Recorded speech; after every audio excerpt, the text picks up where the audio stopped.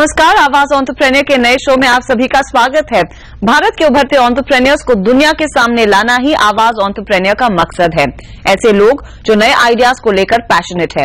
आज शो में हमारा फोकस है दुनिया की नेक्स्ट बिग थिंग पर, ऐसी स्पेस जहां दुनिया की बड़ी सी बड़ी कंपनियां काम कर रही हैं। हम बात कर रहे हैं वेरेबल टेक्नोलॉजी की। ये एक ऐसा क्षेत्र है जहां गूगल, सैमसंग, एप्पल जैसे बड़े प्लेयर्स काफी एक्टिव है और एक के बाद एक नए प्रोडक्ट्स लॉन्च कर रहे हैं।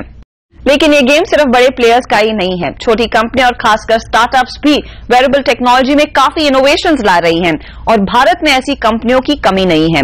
गंधर्व बख्शी, लवीना महबूबानी, यतिन वराचे और सूरज वासुदेव, इन 4 दोस्तों ने मिलकर 2012 में बैंगलोर में ऐसी ही कंपनी की शुरुआत की, लूमस डिजाइन टेक्नोलॉजी। लूमस ने एक ऐसा बैकपैक बनाया है जो सोलर पावर्ड है। लूमस की टीम और इनोवेशंस को देख गूगल के राजन आनंदन ने खुद निवेश किया। कैसी रही है लूमस की स्टार्टअप स्टोरी, देख लेते हैं। ये युवा एंटरप्रेन्योर्स कुछ ऐसे कॉन्सेप्ट पर काम कर रहे हैं जो ग्लोबली स्टार्टअप्स में एक बड़ा और एकदम हॉट आइडिया है, वेरेबल टेक्नोलॉजी। वेरेबल टेक्नोलॉजी यानी कपड़ों और एक्सेसरीज में एडवांस्ड इलेक्ट्रॉनिक टेक्नोलॉजी का इस्तेमाल। लूमस डिजाइन की टीम भी ऐसा ही एक प्रोडक्ट बनाती है जो है सोलर बैकपैक। 2010 में एक कंसल्टिंग फर्म में काम कर रहे गंधर्व बख्शी ने अपने खुद के एक्सपीरियंस के आधार पर इस प्रोडक्ट को डेवलप करने की शुरुआत की थी। मैं खुद प्रॉब्लम फेस कर रहा था कि मैं बाहर बहुत समय बिता रहा था, एक कंपनी से दूसरी कंपनी जा रहा था, मतलब कंसल्टिंग के लिए। वो मैं कंसल्टिंग कर रहा था पहले, और फिर हमेशा मेरा फोन हमेशा चार्ज की जरूरत पड़ती थी हमेशा मुझे। और प्लग पॉइंट ढूंढना बहुत मुश्किल होता है। काफी बार आप मैन्युफैक्चरिंग यूनिट के साथ काम करो तो कहाँ प्लग पॉइंट ढूंढते जाओगे ना, और कस्टमर के सामने अच्छा भी नहीं दिखता है कि मेरा फोन आउट ऑफ चार्ज है। और हमेशा मैं देखता था कि मेरा बैग बहुत गर्म हो जाता है, शाम को जब आता था बैग हमेशा गर्म हो जाता था। तो इसलिए आइडिया है कि ठीक है, एनर्जी काफी है तो इसलिए हम फोन कभी चार्ज से बाहर जाना ही नहीं चाहिए, चार्ज हमेशा रहना चाहिए आपके पास। तो फिर मैंने सोचा कि ये काफी बड़ा आइडिया है, इसके साथ काफी कुछ कर सकते हैं। जब आइडिया को कारोबार में तब्दील करने की क्षमता दिखी तो गंधर्व ने अपनी पत्नी लवीना के साथ बैठकर पहला प्रोडक्ट डिजाइन किया। अपने बैकपैक में टेक्नोलॉजी को इनकॉर्पोरेट करने के लिए एक कॉमन फ्रेंड की मदद ली और देखते ही देखते इन 4 दोस्तों ने अपनी स्टार्टअप स्टोरी की शुरुआत की। लेकिन हर स्टार्टअप की तरह इस टीम के शुरुआती दिन आसान नहीं थे। किसी भी स्टार्टअप में जरूरी होता है कि इनिशियल कस्टमर, अर्ली अडॉप्टर जिनको बोलते हैं, वो डिस्कवर करना है। तो इसके लिए हमने बहुत लोगों को दिखाया। फिर एक पैटर्न आया बाहर कि जिन लोगों को बहुत एक्साइटेड थे इस आइडिया के बारे में, वो साइकिलिस्ट थे। तो वैसे एक तो वो चैलेंज है। दूसरी बात मैन्युफैक्चरिंग, मतलब स्पेशली हम जानते नहीं है कि कैसे मैन्युफैक्चरिंग करना है। 2012 में 1 लाख के निवेश से शुरू हुई इस कंपनी का फोकस था सोलर पावर का ज्यादा और क्रिएटिव इस्तेमाल करना। लवीना, जो पेशे से एक डिजाइनर है और वेरेबल टेक्नोलॉजी में काफी इंटरेस्ट भी रखती हैं, उन्हें सोलर पैनल्स को अपने डिजाइन में ढालने का जिम्मा सौंपा गया। वेरेबल टेक में प्रोडक्ट का डिजाइन उसके प्रैक्टिकल फंक्शन और फीचर्स पर आधारित होता है। बैकपैक में इस्तेमाल होने वाले ये फ्लेक्सी सोलर पैनल कंपनी को चीन से इंपोर्ट करने पड़े और बाकी सर्किटरी के टेक एडेप्टेशन पर हेड ऑफ टेक्नोलॉजी यतिन ने काम किया। लूमस के बैकपैक की खासियत है कि बैग में लगे सोलर पैनल से एक बैटरी चार्ज होती है और फिर जरूरत पड़ने पर आप इसे अपने गैजेट को चार्ज करने में पावर बैंक की तरह इस्तेमाल कर सकते हैं। बेसिकली ये 70% इलेक्ट्रॉनिक्स प्रोडक्ट है ना, 70% इलेक्ट्रॉनिक्स प्रोडक्ट है। उसमें सर्किटरी पूरी हमारी है, क्योंकि वो थोड़ा चैलेंजिंग है। क्योंकि आप मतलब बैटरीज आप देखेंगे तो they are typically not optimised. कि जैसे सोलर पैनल में छोटा छोटा करंट आता है, आप अभी जितनी कम धूप है उसमें भी आप चाहते हैं कि चार्ज हो जाए बैटरी, है ना। तो वो वेरिएबल करंट और वो छोटे करंट में भी चार्ज होने के लिए जो टेक्नोलॉजी वो हम ही डेवलप करते हैं, है ना। तो वो सब टेक्नोलॉजी हमारी है। But cost wise still 70% electronics और सिर्फ 30% बैग है ये। अपने इस प्रोडक्ट को बाजार में ले जाने के लिए कंपनी ने लॉट वाइज काम शुरू किया। पहले लॉट में सिर्फ 30 बैग्स बनाए गए और मार्केट से अपने ग्राहकों का फीडबैक लेकर फिर धीरे धीरे 500 बैग्स के साथ मैन्युफैक्चरिंग की शुरुआत हुई। आज कंपनी हर तिमाही में कम से कम 1500 सोलर पावर्ड बैकपैक बनाती है। हमको ये नहीं पता था हमको उस टाइम पे कि साइकिल्स इन जनरल बहुत बड़ा मार्केट है। जैसे दुनिया में साइकिल्स ज्यादा है, बाइकर्स कम है। है ना। जैसे यूरोप में इनफैक्ट अराउंड 100 मिलियन साइकिलिस्ट हैं, तो साइकिलिस्ट बहुत बड़ा मार्केट है। तो अब हम साइकिलिस्ट को समझते हैं, तो हम कैसे एक्सपैंड करेंगे आगे जाके। एक तो बाइकर्स का तो मार्केट है ही, मतलब ऑलरेडी बाइकर्स हमारी बैग खरीदते हैं और वो इंडियन सेकेंड मार्केट बन जाएगा, राइट। अनदर ऑब्वियस मार्केट हमारे लिए वो ट्रैकर्स है। लूमस को मास मार्केट तक पहुंचाने के लिए भले ही 5 साल का समय लगा, लेकिन फाउंडर्स अपने रेवेन्यू टारगेट को लेकर काफी अटल हैं और 2015 में 3.5 करोड़ का रेवेन्यू टारगेट कर रहे हैं। टारगेट वाइज जो 3.5 करोड़ का है वो फिर it's not month on month target, क्योंकि क्या सीजन होते हैं सेल्स में। जैसे इट्स क्वाइट अंडरस्टैंडेबल, जैसे इंडिया में दिवाली के टाइम बहुत सेल्स होते हैं, इंटरनेशनली क्रिसमस के टाइम बहुत सेल्स होते हैं, और फिर से मार्च में साइकिलिंग सीजन शुरू होता है, तो फेब से काफी सेल्स शुरू हो जाते हैं। तो इसलिए टारगेट्स काफी वेरिएबल हो जाते हैं। कंपनी ने कारोबार की शुरुआत में अपने आइडियल टारगेट ऑडियंस को ऐसे लोगों को रखा जो दिन भर मीटिंग्स के लिए ऑफिस से बाहर रहते हैं, यानी किसी भी कंपनी की सेल्स फोर्स। लेकिन कंपनी को बढ़िया रिस्पांस साइकिलिस्ट से मिला और फिर कंपनी इसी टारगेट ऑडियंस के लिए बैग डिजाइन करने लगी। आज भारत के साथ साथ अंतर्राष्ट्रीय बाजारों में भी कंपनी इस बैकपैक को बेच रही है। तो Mexico is actually second largest market, followed by Australia, और अभी जर्मनी में भी हमारे सेल्स धीरे धीरे शुरू हो रहे हैं। इन डिजाइनर सोलर पावर्ड बैकपैक की प्राइसिंग भी इंटरनेशनल मार्केट के लिहाज से ही की गई है। लूमस का सबसे लो रेंज बैकपैक $82 का है, यानी भारत में लगभग 5,000 रुपए।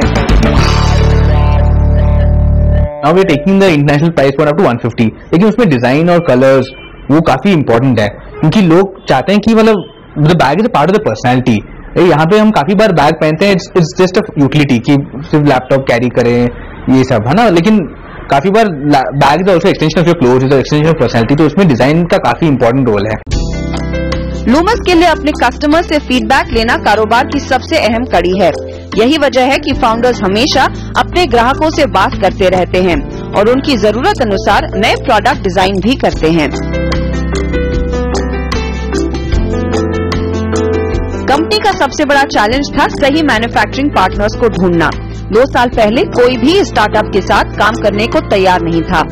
तभी गूगल इंडिया के हेड राजन आनंदन की नजर कंपनी पर पड़ी और राजन ने फाउंडर्स के जज्बे और प्रोडक्ट के पोटेंशियल को देख कंपनी में 25 लाख का निवेश किया।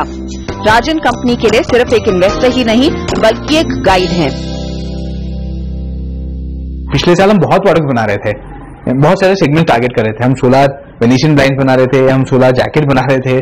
तो इनफैक्ट उनको पता है कि फोकस बहुत इंपॉर्टेंट होता है, तो उन्हें काफी हमने गाइड किया कि नहीं cut down all your products, इसी पे काम करो, और ब्रांडिंग पे भी उन्होंने काफी गाइडेंस दिया, तो वो गाइडेंस भी बहुत इंपॉर्टेंट हो जाता है। लूमस डिजाइन टेक एक ऐसे स्पेस में काम कर रही है जहां हर रोज कुछ नया हो रहा है। अगले 2 सालों में कंपनी का इरादा अपनी प्रोडक्ट रेंज को बढ़ाने का है, जिसमें आगे चलकर टी शर्ट जैकेट्स भी शामिल होंगे। Here's wishing Loomis Design Tech a very bright future. यहाँ लेंगे एक छोटा ब्रेक, आगे बात करेंगे गेमिंग इंडस्ट्री में कामयाबी के बाद वेरेबल टेक्नोलॉजी की तरफ मुड़े विशाल गोंडल से।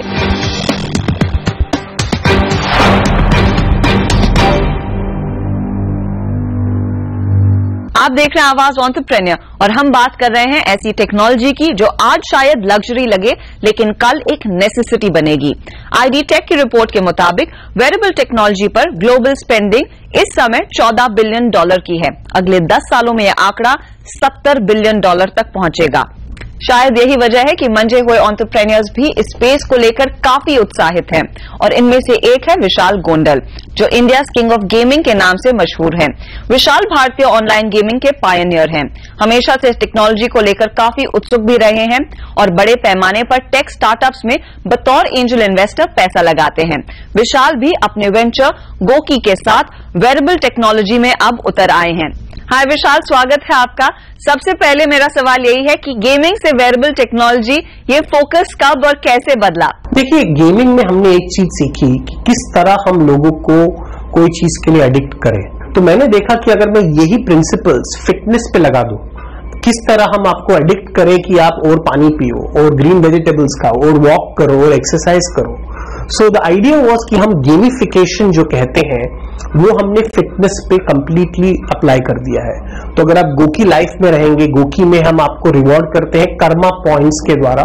कर्मा पॉइंट्स वो पॉइंट्स हैं जो आपको मिलते हैं आप वॉक करने के बाद, और ये पॉइंट्स को आप कोई भी चैरिटी को डोनेट कर सकते हो। और हमने पार्टनरशिप की है ऑक्सफैम, जो एक बहुत बड़ा एनजीओ है, और एनजीओ आपकी तरफ से इन चैरिटीज को कैश देता है।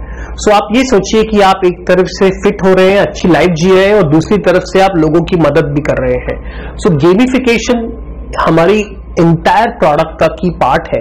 इनफैक्ट मैं तो बोल रहा हूं कि हम गेमिंग और बड़े तादाद पे कर रहे हैं गोकी के साथ। सिर्फ डिफरेंस ये है कि इस टाइम ये गेम आपकी लाइफ और आपकी हेल्थ के लिए बहुत अच्छी है और आपको जरूर खेलना चाहिए। जी, तो आपका जो गोकी का फिटनेस बैंड है, इसकी खासियत क्या है और एग्जिस्टिंग फिटनेस बैंड से कितना अलग है?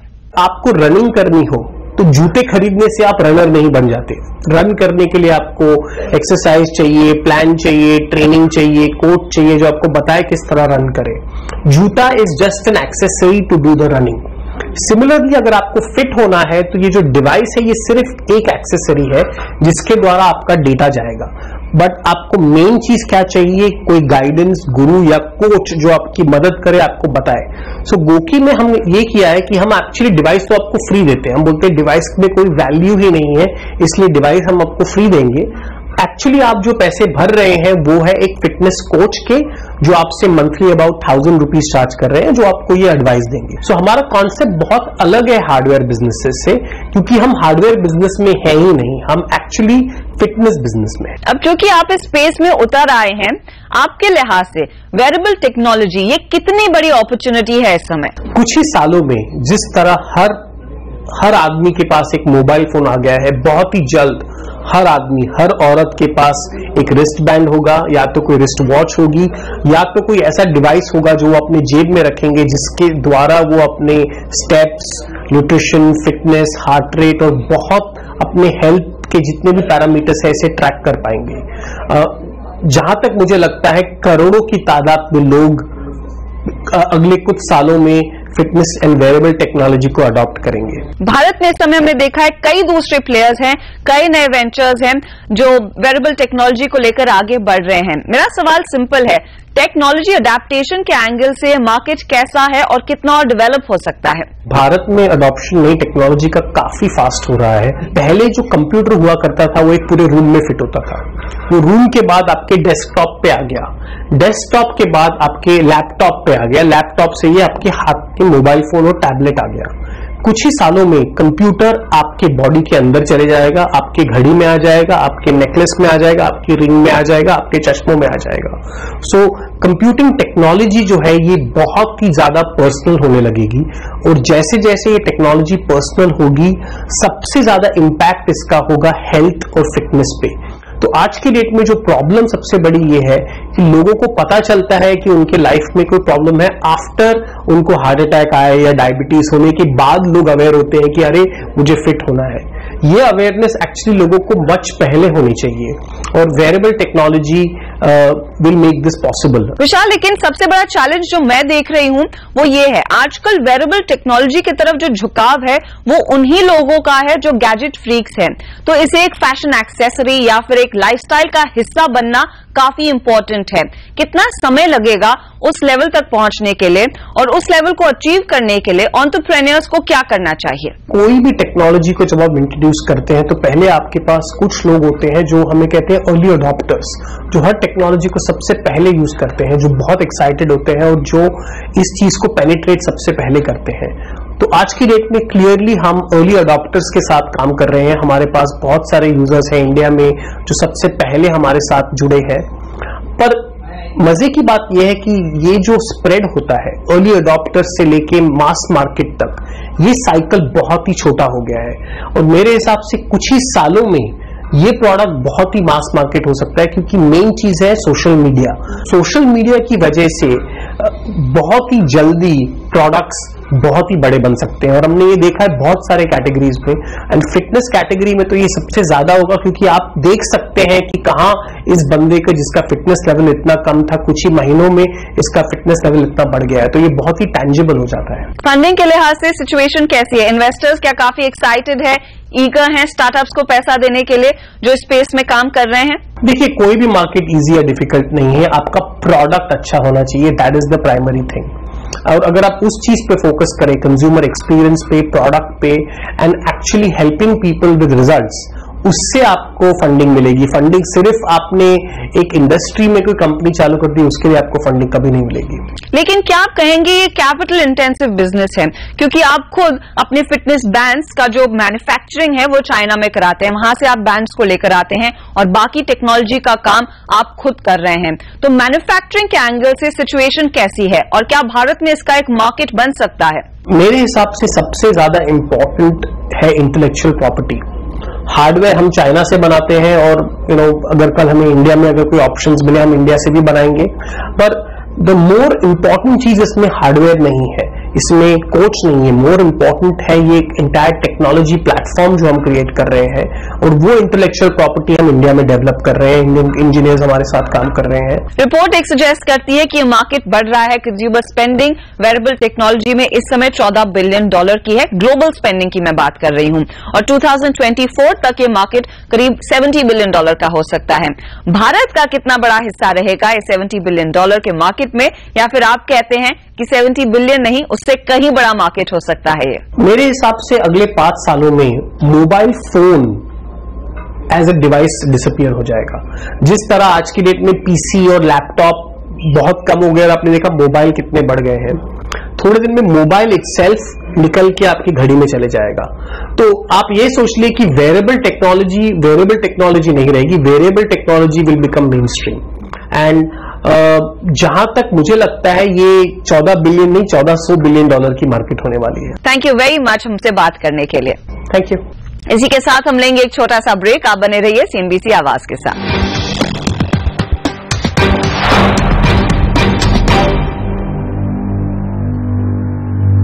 Welcome back. आप देख रहे हैं आवाज एंटरप्रेन्योर। अब वक्त हुआ है ट्यूटोरियल का। पिछले हफ्ते हमने देखा बिजनेस शुरू करते समय स्ट्रक्चर कैसे तय करें। उसी सिलसिले को आगे बढ़ाते हुए आज हम जानते हैं प्रोप्राइटरशिप, पार्टनरशिप और LLP यानी हर स्ट्रक्चर में क्या खासियत है और क्या खामियां। बात करते हैं स्ट्रक्चर्स की। इसमें ऐसे तो 6 से 7 डिफरेंट ऑप्शंस अवेलेबल होते हैं, लेकिन हम इसको सिर्फ 4 सेगमेंट्स में डिस्कस करेंगे।